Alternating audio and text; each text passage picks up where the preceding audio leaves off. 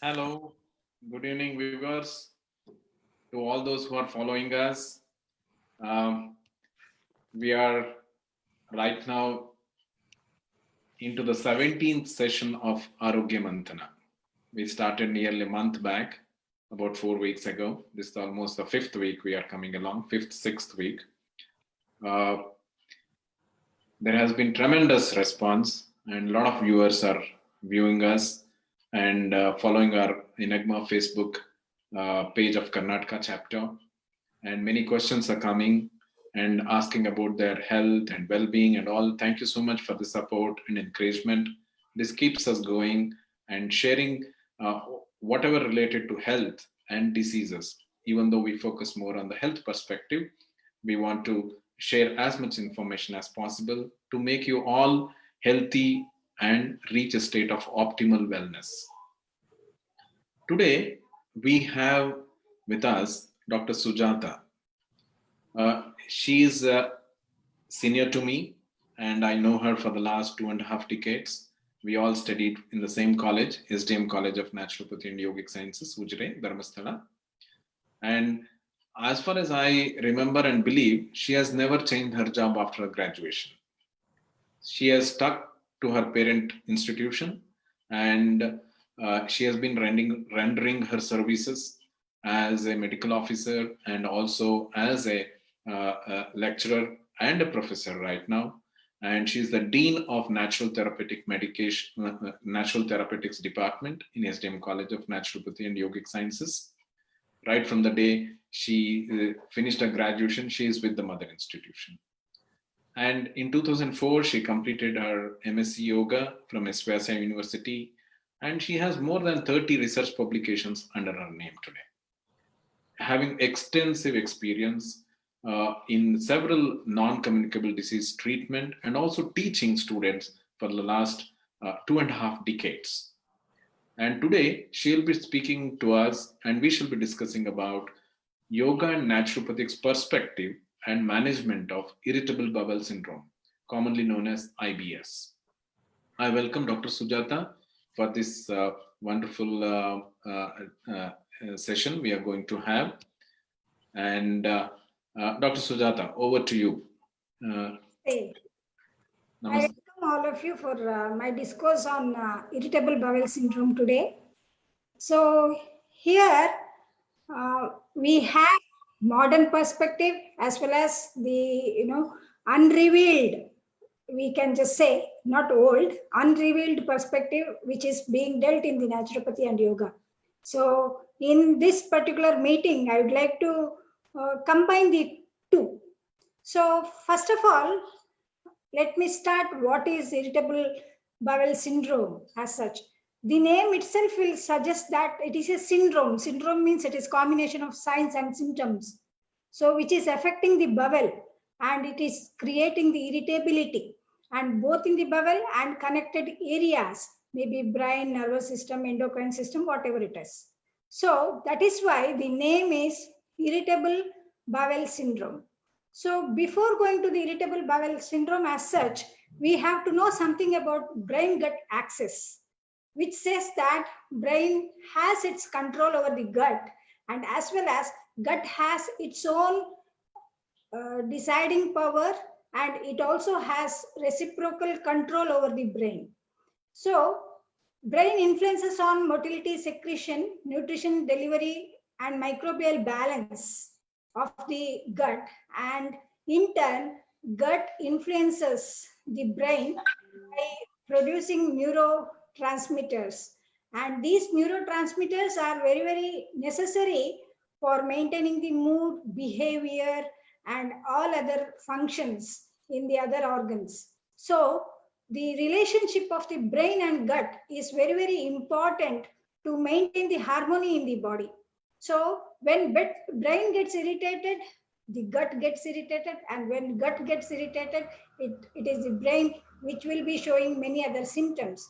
That is how we have to keep the relation of brain and gut axis in irritable bowel syndrome. So coming to the symptoms as such, we say it as ABCD of the irritable bowel syndrome. That means A for abdominal pain, B for bloating and gas, C for cramping and constipation, and D for diarrhea. So this is how we explain the symptoms of irritable bowel syndrome. So this is how the irritable bowel syndrome will start. That's why it is called as ABCD. So if these symptoms are continued, then there will be long-standing effect over the body in terms of weight loss, mucus in the stool, diarrhea at night, then rectal bleeding, iron deficiency anemia, then difficulty in swallowing, and unexplained vomiting sensation. And many times the syndrome will be, it will be helping the person by relieving in between. Okay, but here when the long-standing syndrome is there, when person is suffering from this particular ABCD symptoms, okay, for longer duration, then that gap in between the sufferings, it will not be there. So it will be very, very continuous. So there will be persistent pain, okay, which is not relieved by passing the gas or bowel movement as it was there in the earlier period. That's what about the symptoms usually people complain about and they seek for the help. So when we just see what are all the different causes for this particular irritable bowel syndrome, then we can just say the causes may be internal, external. That means internal, that is within the gut as such, like abnormal levels of serotonin or any other functional deformity in the gut, or it can be external, like there may be some hypersensitivity which is developed for the food much more earlier than the irritable bowel syndrome could appear in the body. Then there could be infection also, bacterial or viral infection can also be there. So these are the two major causes which we can recognize, and in between that we have one more cause that is called as interaction between the external and internal causes, which are named as interaction causes. Okay, interaction causes, they are because of the change which has happened due to the internal and external etiology, but results in abnormal levels of the hormonal, abnormal hormonal levels in the body. So for this, we say that it is this stress, which is very, very important to know about it. That's why I had kept it in the form of star, because the interaction can happen only when the interpretation is proper. So stress is the factor which is responsible for this particular interpretation. So you can just get this stress inside the star, where it says that stress is very important to maintain and balance the internal external causes. Okay, so interaction will happen with the hormonal levels, but it is possible only through the interpretation of these changes through stress. So that's how we can just say about the stress as such. There is a positive correlation. The evidences also say that there is a positive correlation between the psychological stress and increase in the gastric motility. Okay, increase in the gastric motility. So the irritability can start from the stress only. That's why always stress is considered as the primary cause, because the interaction and interpretation of all the changes which are there in the gut can happen only through the stress. So next we will be coming to the relation of the gut with the other systems of the body. Okay, so when we say gut is being affected, we cannot forget that gut is having its influence on the other systems of the body. It mainly we can just say as the influence of the gut can be on the nervous system, circulatory system, immune system, and endocrine system. That is why we get neuroendocrinal changes and neuroimmunological changes because of the gut pathology. So here, the changes which we can see in the nervous system can be in the form of change in the neurotransmitters as such, impulses related with the neurotransmitters like serotonin or GABA, where gut plays very important role. It is said that 90% of the serotonin, it is being produced in the gut only. 5-HT precursors, they are produced in the gut only. That's how the nervous system will be affected. So if nervous system is being affected, you get the neurodegenerative disorders like Alzheimer's or multiple sclerosis, or it can be even Parkinson's disease. All these are because of gut pathology. So in circulatory system, if gut pathology influences, then what are all the different causes, different diseases we can get? That is by increase in the low density lipids, we can have ischemia, atherosclerosis and arteriosclerosis can happen, and ischemia can be there. And because of ischemia, there can be ischemic heart disease, or it can be cardiovascular accidents like MI, or it can be cerebrovascular accidents like stroke. So anything can happen. So that's about the influence of gut on the circulatory system. Next, if you want to say about the endocrine system as such, then the influence of the gut on the endocrine system can be, it can be depicted as obesity. You know that the short chain fatty acids, which are responsible for a decrease in the gastric emptying time. Okay, it is responsible for increase in the adipose, so adiposity in the body. So endocrine system can be affected, and a person may have obesity, and there can be change in the insulin resistance, resulting in increase in the blood sugar level.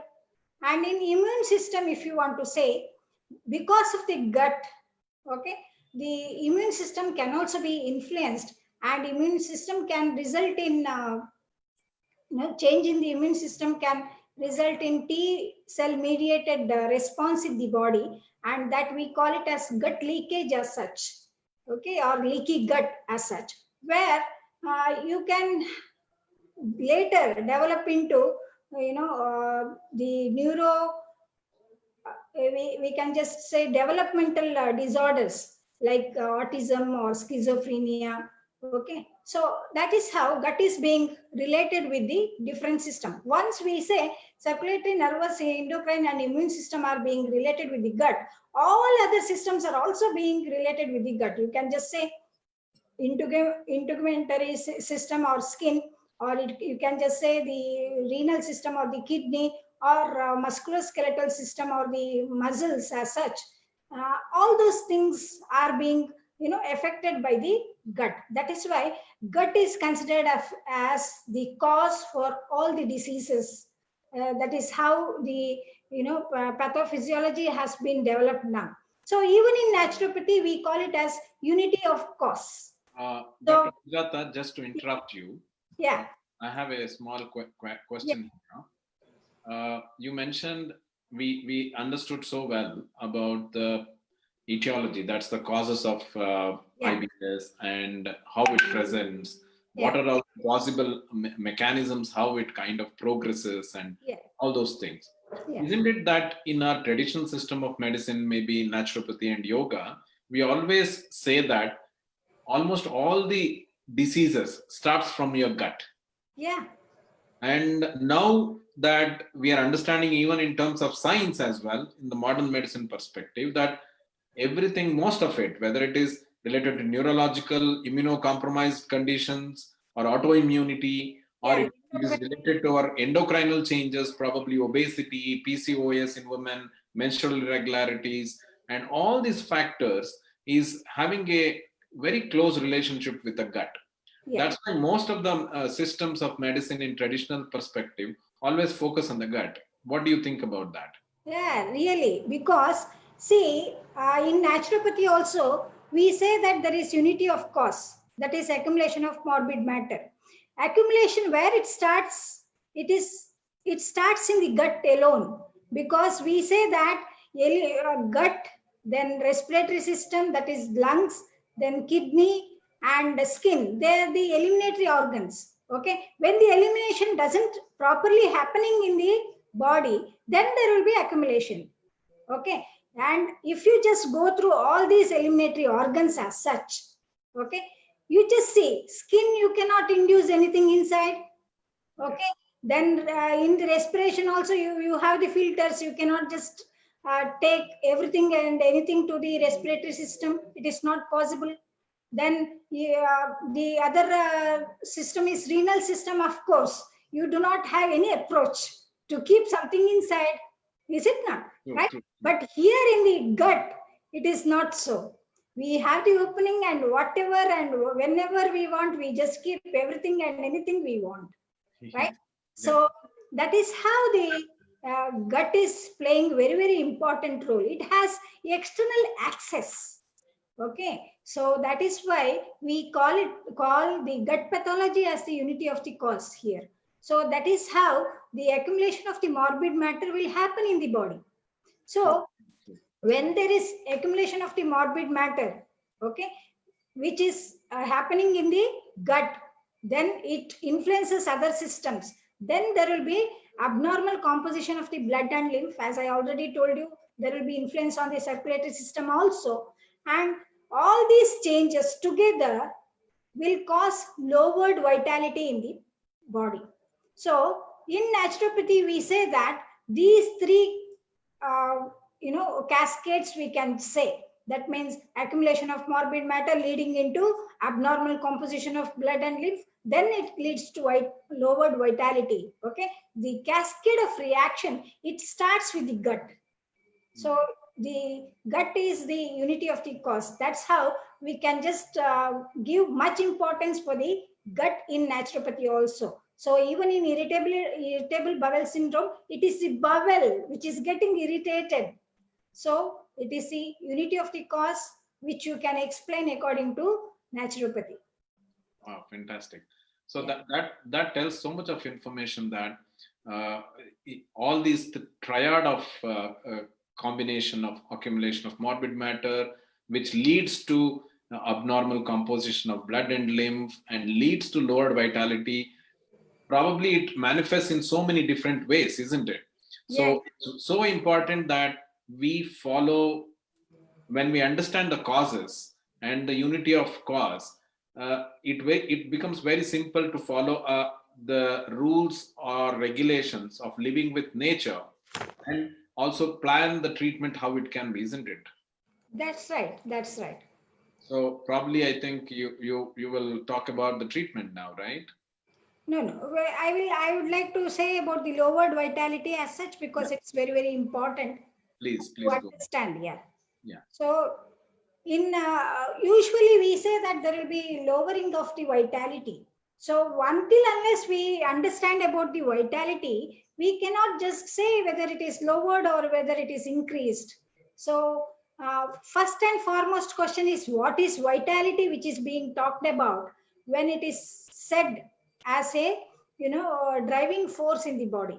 So here usually whenever we say vitality as such, it is being compared with the metabolic rate. Sometimes it is compared with the cardiac activity, it is compared with the respiration, it is compared with the involuntary or voluntary movements of the muscles, or sometimes it is being compared with the uh, the any action whichever you just mention in the body. But vitality is not so. Vitality, it can be compared as the life force in the living beings. Okay, life force which exists in every cell, and the homeostasis which is being happening in each and every cell.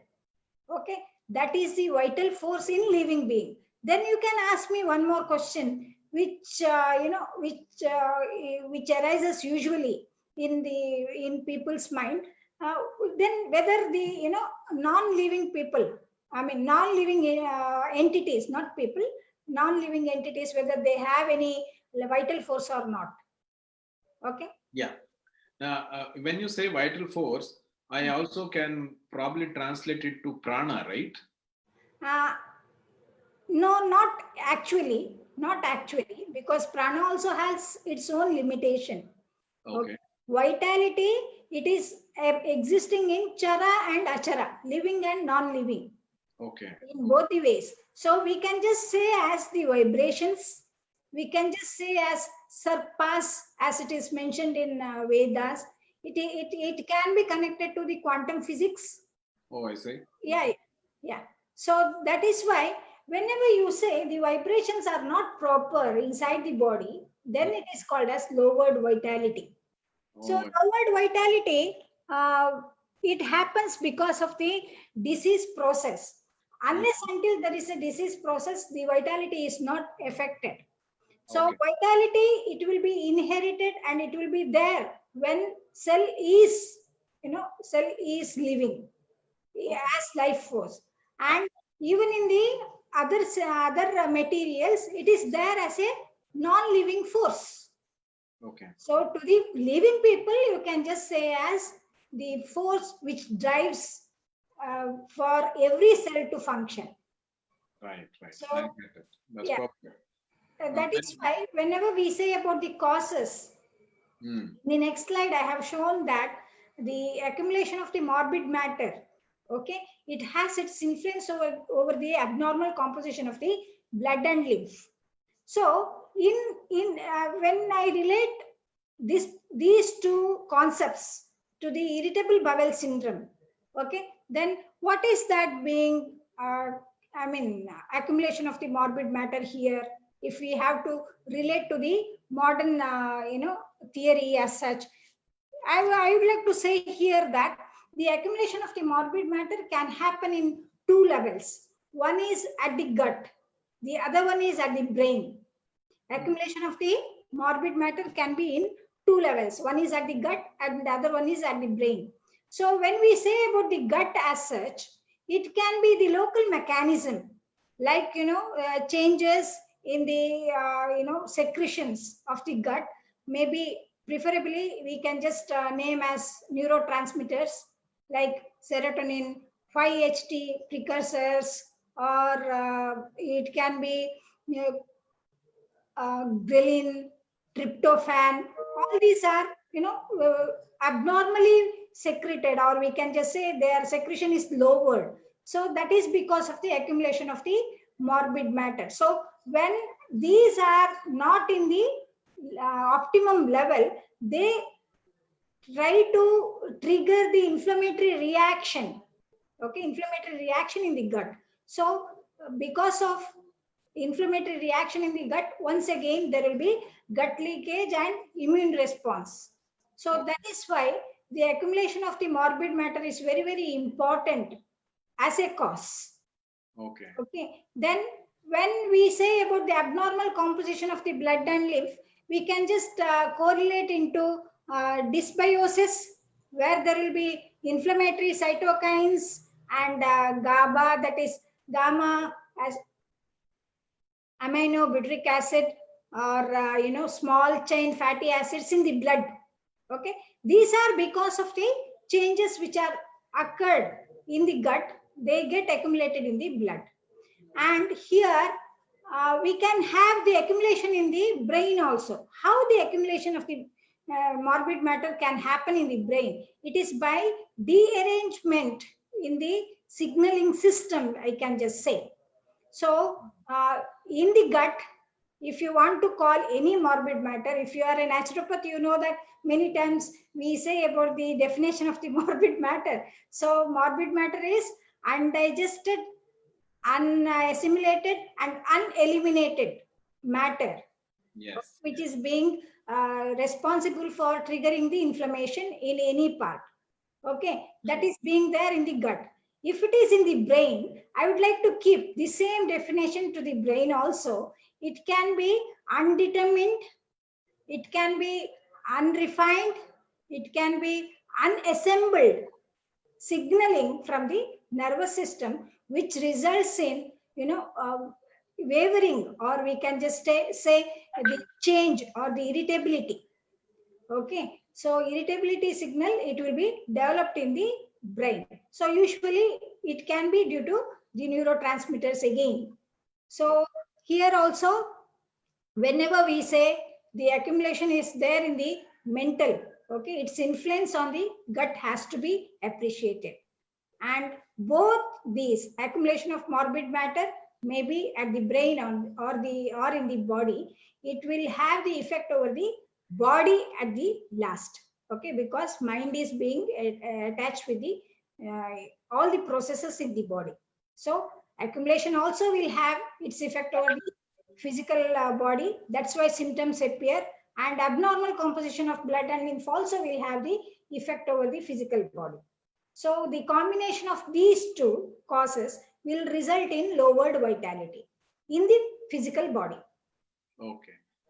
That's very well explained about how naturopathic perspective of irritable bowel syndrome with your rich experience of teaching and treating patients. But how do we deal with this? A person who is suffering from all this, what kind of steps he can take in terms of management of the condition and also to prevent any further complications out of it? Could you put some light on that? Yeah. Now we know that we have got the lowered vitality, right? Because of abnormal composition of the blood and lymph and accumulation of the morbid matter. Now we have to have some procedures which can improve our vitality. How do we improve? That is again by by following some of the mental disciplines and physical disciplines, I could say. So we have to deal in the Manomaya Kosha itself. Okay, we have to deal in the Manomaya Kosha itself. That's why all these Dr. 1 second. diseases. Could you put some light what exactly you mean by Manomaya Kosha? A lot of audience may not be able to understand that. So just a few words about Manomaya Kosha, then probably they will connect it much well. So the vital force, whatever we say, okay, it pervades all the existence. So existence doesn't limit to the physical appearance or the physical form. So it is beyond that. So when we say Manomaya Kosha, it is considered as one more sphere around the body, which is responsible for the creation of the vibrations. Okay. So vitality being vibrations. Yes, yes. So, yeah, it can be created in the Manomaya Kosha as such, one more sphere. Okay. So that is why all the disturbance which is happening in the vibrations of the Manomaya Kosha or vibrations in the mind as such, they are considered as Adijaha Vyadayaha. Adijaha Vyadayaha means those disease processes which are being rooted in the mind. So even Bhagavad Gita says that person's interaction, it leads to many of the emotions.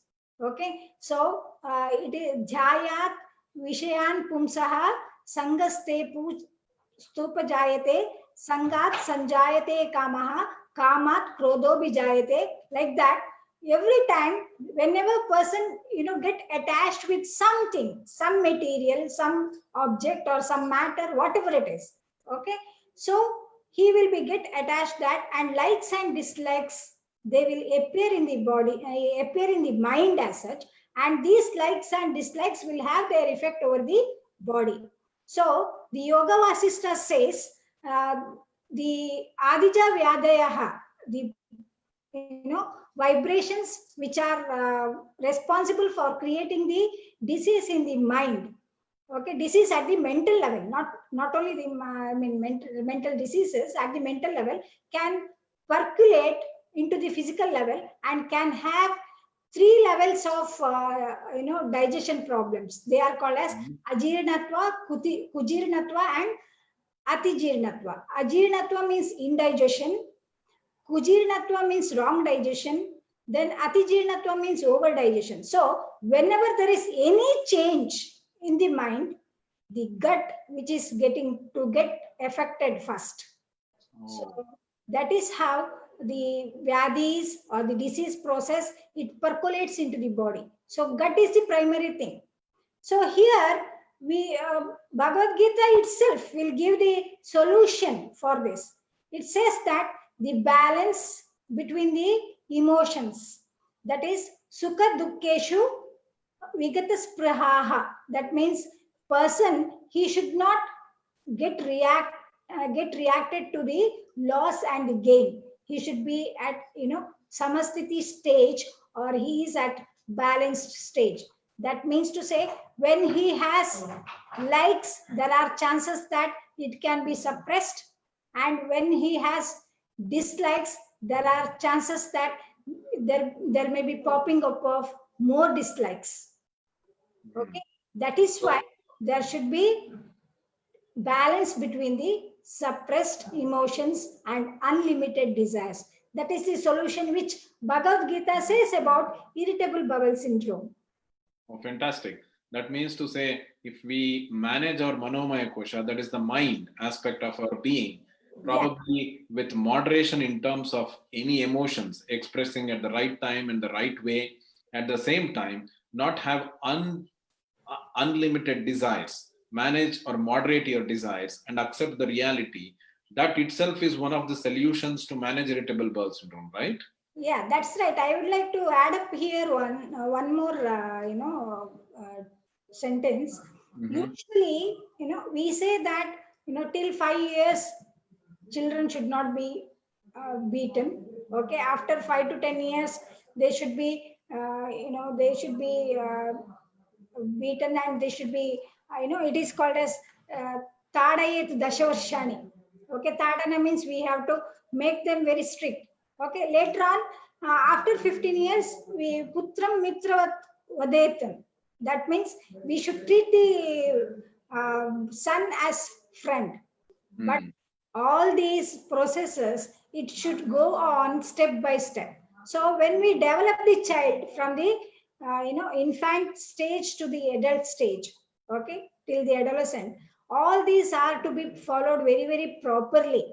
So they should know what is bad, they should know where to express, they should know what should be taken off from their emotions. Okay, what Yes. are the positive emotions, how it should not be directed to the negativity. Okay, Mhm. only we can just say that person may not suffer from the irritable bowel syndrome, because stress usually basically it is related with the emotions as such. And Right. we can just say that changing the person at once, it may not be possible. So there is no no age group at which the irritable bowel syndrome is prevalent, we can just say. Even if you say that it is between 30 to 50, Yeah. okay, because of many of the external causes, it can appear at any age. It Mm. can appear Mm. at any age. I have a patient of 3 years old who is suffering from irritable bowel syndrome. Do you think that at 3 years old financial stress will be there? No, it Yes. is not from the external agency as such. So it is the internal one. Okay. Yeah. Okay. But how do we manage all this? Can you put some light on that? Now we Yeah, have understood so definitely. much. There are many evidences. Yeah, you mentioned so much about mind having its effect on that, and stress being, and stress management is one of the factors to manage irritable bowel syndrome. Many more naturopathic means and ways and treatments and tools may be there which can manage IBS, right? Yeah. So, could you put some light on that, please? Yeah. Important principles by which you treat a person in naturopathy can be, you know, you have to treat a person wholly, completely. That's why naturopathy and yoga, it is considered as holistic approach. So you have to treat a person as such. His physical, mental, emotional balance are to be taken care. Okay, then you can just treat the irritable bowel syndrome.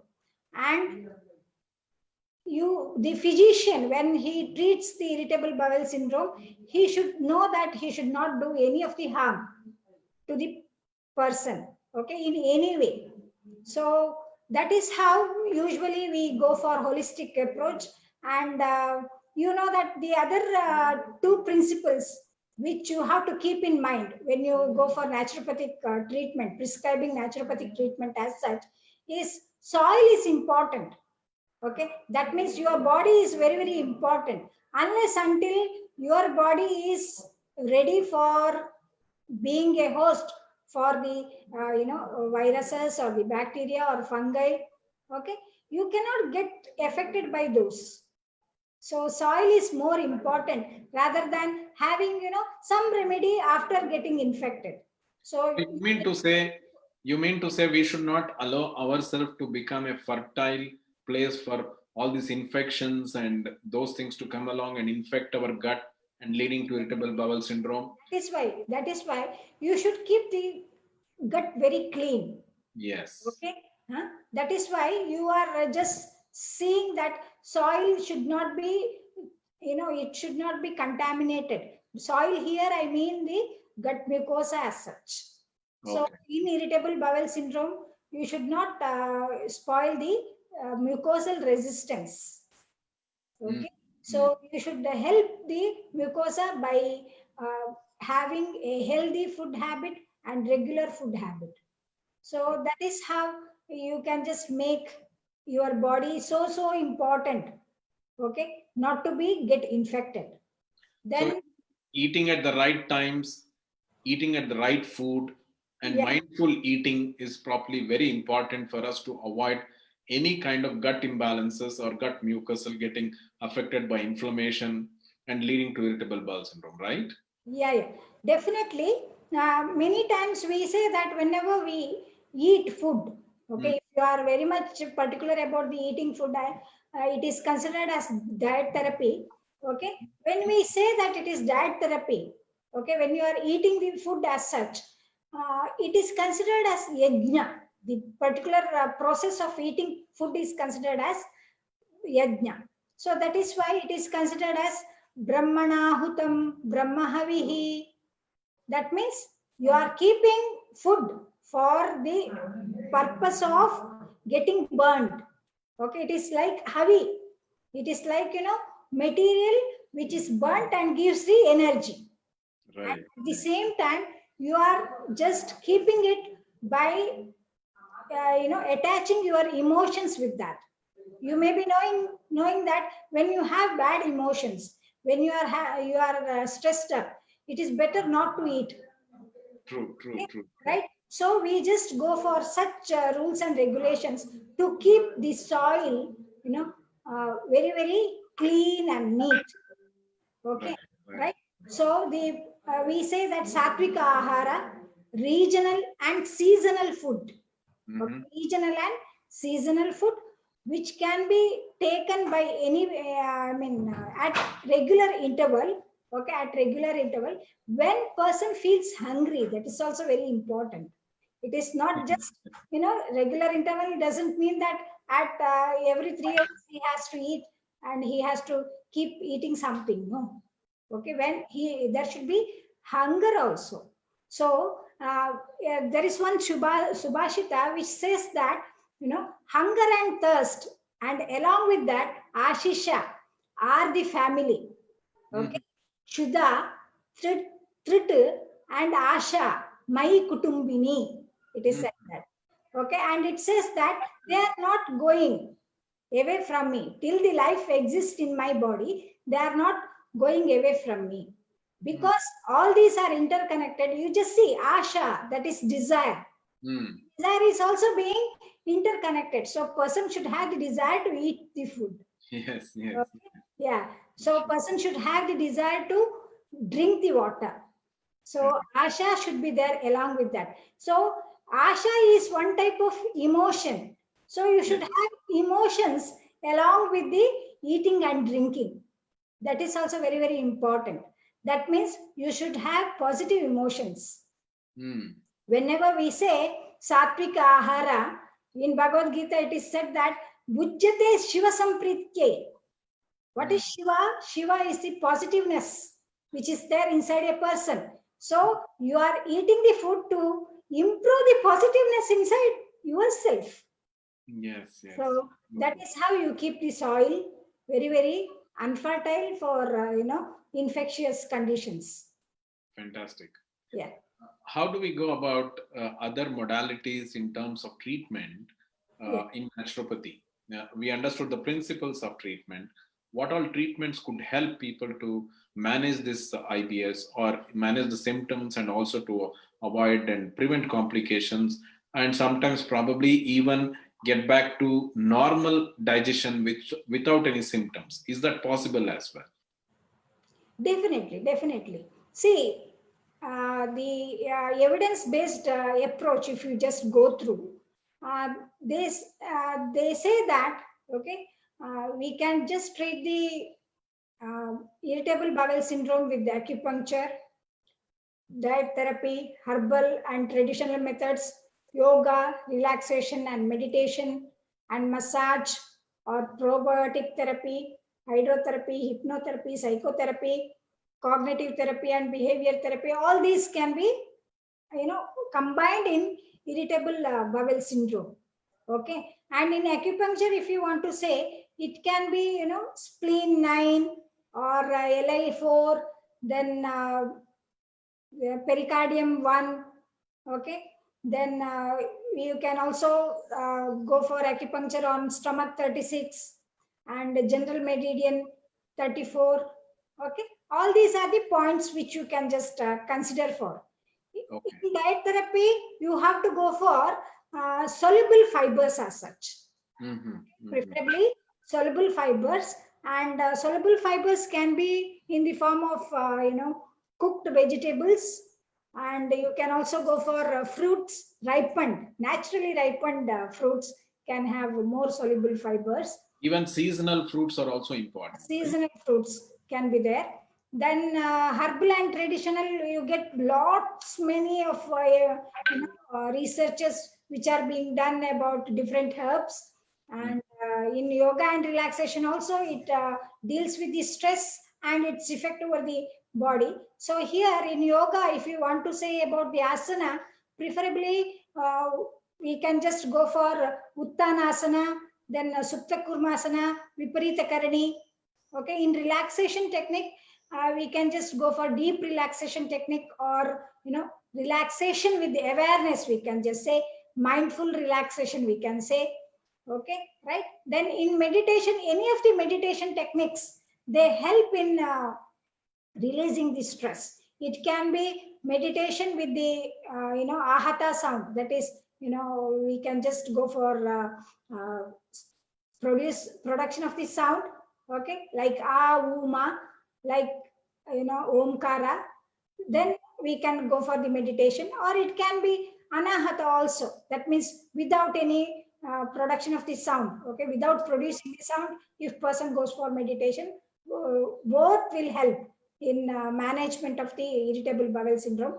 In massage, preferably abdominal massage has the evidence that it decreases the cramps in the uh, irritable bowel syndrome, and it decreases the constipation also. And here massage can be associated with the acupuncture many times, because CV6, okay, cardiovascular 6 and cardiovascular 12 points. Okay, they can also be, it is in and around the umbilicus.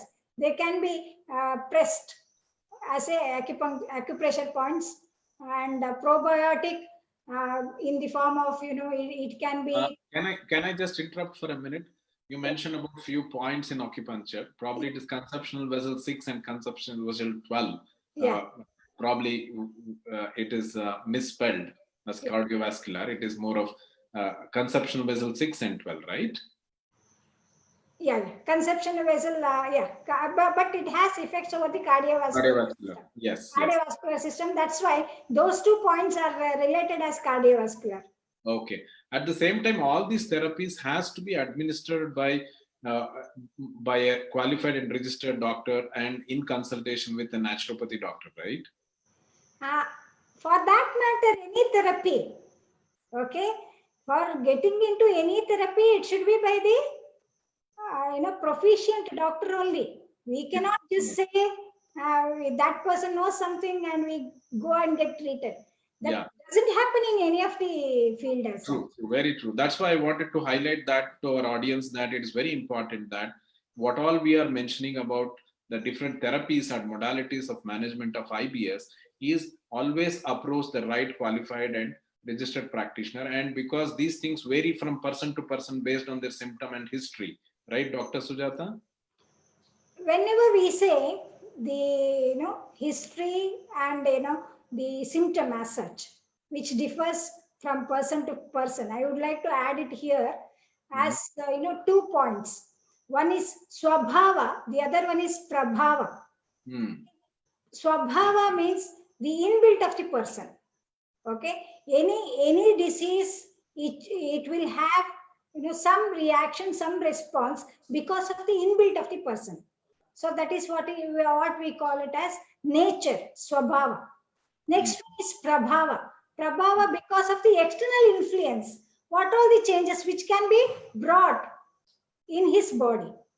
Okay, so they are different for different people. Yes.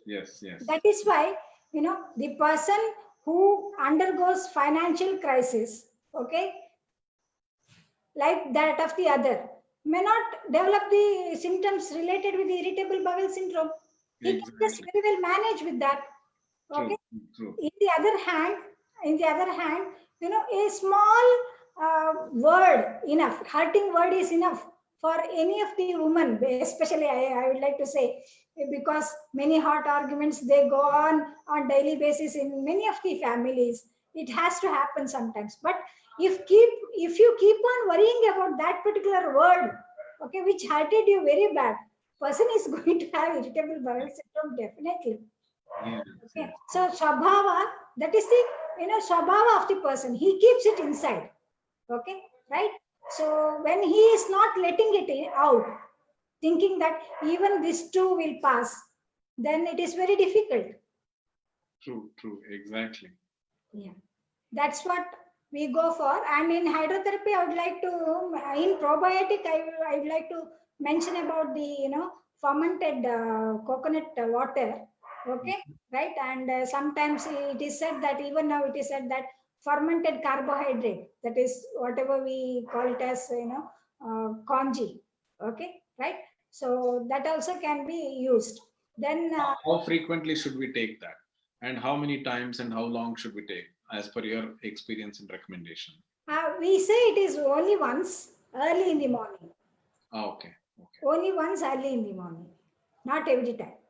Okay, and those this one the quantity should be 100 ml for coconut water and 100 gram for then congee.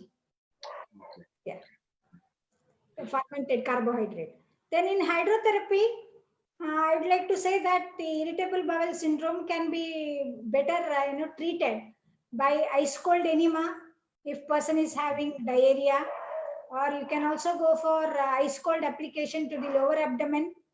Okay, then you can also go for ice cold compress over the lower abdomen. Mud application can be done, direct mud application, because mud application is known to decrease the inflammatory sign as such by decreasing the TNF alpha, that means tumor necrosing factor, and interleukins 6 and 9.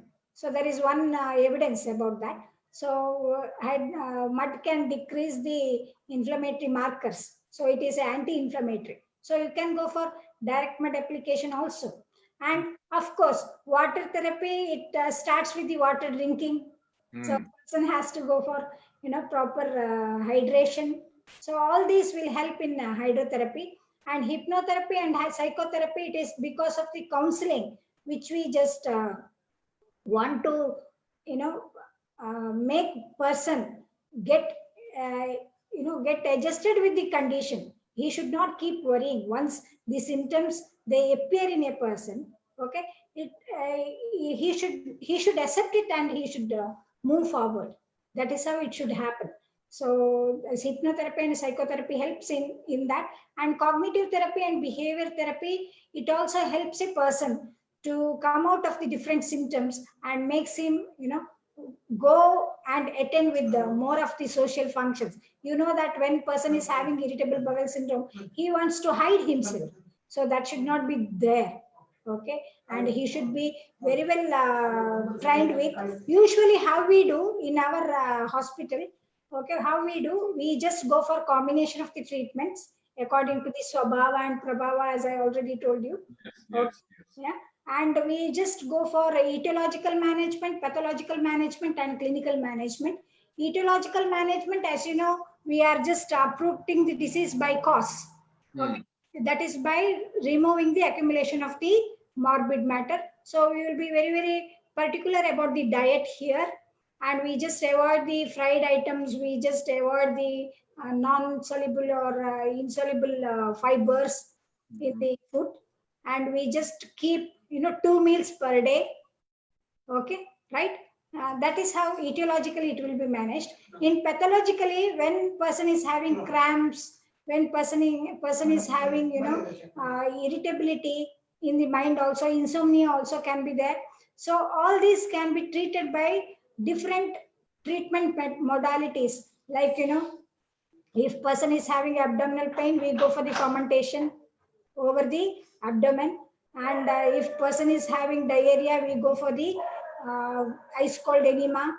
If person is having irritability, we just go for full wet sheet pack, because these are the different naturopathic modalities. Okay, you can just refer how it is done, everything. So usually we go for such treatments, and clinically we make the person feel ease with the symptoms as such. So when person is complaining of more of diarrhea, we give treatment related to diarrhea. When person is having constipation, we give treatment related to constipation. So clinically, how he presents himself with the symptoms and signs, that will be managed in the clinical. So all these ways of management, etiological, pathological, and clinical management, help a person to go for uh, preventive cure, then promotive cure. Okay. So yeah, he can prevent also, and he can promote his health also. So I have a small question coming up. yeah, Someone is asking about where does fasting therapy come here? Will fasting is recommended for IBS, or if yes, how long? How do we go about it? Whether it is in etiological perspective or pathological or clinical perspective, where does it fit in fasting therapy? all the therapies, I tell you, they doesn't go away from the etiological perspective, Oh, because sarvam dravyam panchabhautat Kritikam. Okay, that means everything is being made up of Panchamahabhutas. It is being told in Rig Veda. So you cannot just go away from the Panchamahabhuta theory as such. So when you treat the person, it is treating with all the Panchamahabhutas. True, true, true. So we go for etiological treatment, okay, based on Prithvi, Aap, Tej, Vayu, and Akash. Based on Prithvi, if you are treating, it should be mud therapy and diet therapy. Based on the Aap, if you are treating, it should be hydrotherapy. Based on Tej, if you are treating, it should be heliotherapy, sun therapy. Then based on Prithvi, Aap, Tej, Vayu. If you are treating on the Vayu, that is air basis, okay, then based on Vayu, you can just have massage. Then based on Akasha, it should be fasting. That is why all these are the primary. Okay, treatment from all these 5 tattvas are primary. Okay, so that comes in etiological only. Okay, okay. That's a fantastic combination of things. How Panchamahabhutas are responsible for all, different modalities of treatment. How we apply in naturopathy for the management of irritable bowel syndrome. You have put it so well across the combination of our traditional perspective in terms of Bhagavad Gita, in terms of Panchamahabhutas, and how this can help. So it's basically you mean to say it's an integrative approach, right? Yeah, that's what we say. Integration of all the Panchamahabhutas. Okay, right? Integration of all the Pancha Mahabhutas, because body has appeared from the Pancha Mahabhuta. So Yes. health is the responsible of responsibilities of these Pancha Mahabhutas. So any change in these Pancha Mahabhutas result in disease. So you have to relate yourself to the Pancha Mahabhutas only whenever there is change, when there is irregularity. Fantastic. So that's gives us a lot of information, and you have put it across so well. And I'm sure a lot of our audience will understand this and bring it into practice, even during times of COVID. And I think it is very important to understand for us how gut is also related to our immune system, as you mentioned in the etiological factors or the causative factors of IBS. So if we keep our gut healthy, probably our immunity is also much stronger, and when the immunity is stronger, we have a better chances of fighting the COVID and coronavirus, and probably not getting to any complications. And we don't need to be scared about all this stuff. And if you keep our system robust and strong enough, we can fight anything, whether it is physically and mentally. So much information. Thank you, Dr. Sujata, for spending your valuable time. She was a little delayed today because she had to take a few classes in the college, and that's why we were delayed for the session today. We are sorry about it, but she spent a lot of valuable time of ours to explain all these perspectives. We look forward for you to join you next time for another topic with your own perspective of traditional and modern perspective of the condition. Thank you so much, doctor. And thank you, audience, for patient hearing and going through all this. And I would like to kind of keep telling every time in every session that we keep coming every Wednesday, Friday, and Monday from 5 to 6 with different specialists coming up. We are coming up again on Wednesday with another specialist. We shall be talking about infertility, and another one of our doctors from Enigma Karnataka will host it. Please tune in on Wednesday at 7 p.m. for more information about fertility. Thank you so much, and thank you, Dr. Sujata. I would like to thank every one of you who is responsible for conduction of this webinar, and I thank all the audience. And I would like to end my session with one of the shloka, which is said in Isha Upanishad. Okay, Isha Vasyam Idam Sarvam Yat Kinchit Jagatam Jagat. So Tena Bunjita Ma Kaschit Chiddanam. That means we should not be greedy about what is not ours, what belongs to others. So that is the, I say panacea for irritable bowel syndrome. Fantastic, Dr. Sujata. Thank you. You have put it so eloquently and fluently about how our Vedas and scriptures can relate to disease, and the answer is there already. Thank you. Thank you so much, audience. We'll see you soon on Wednesday evening at 5 o'clock. Thank you.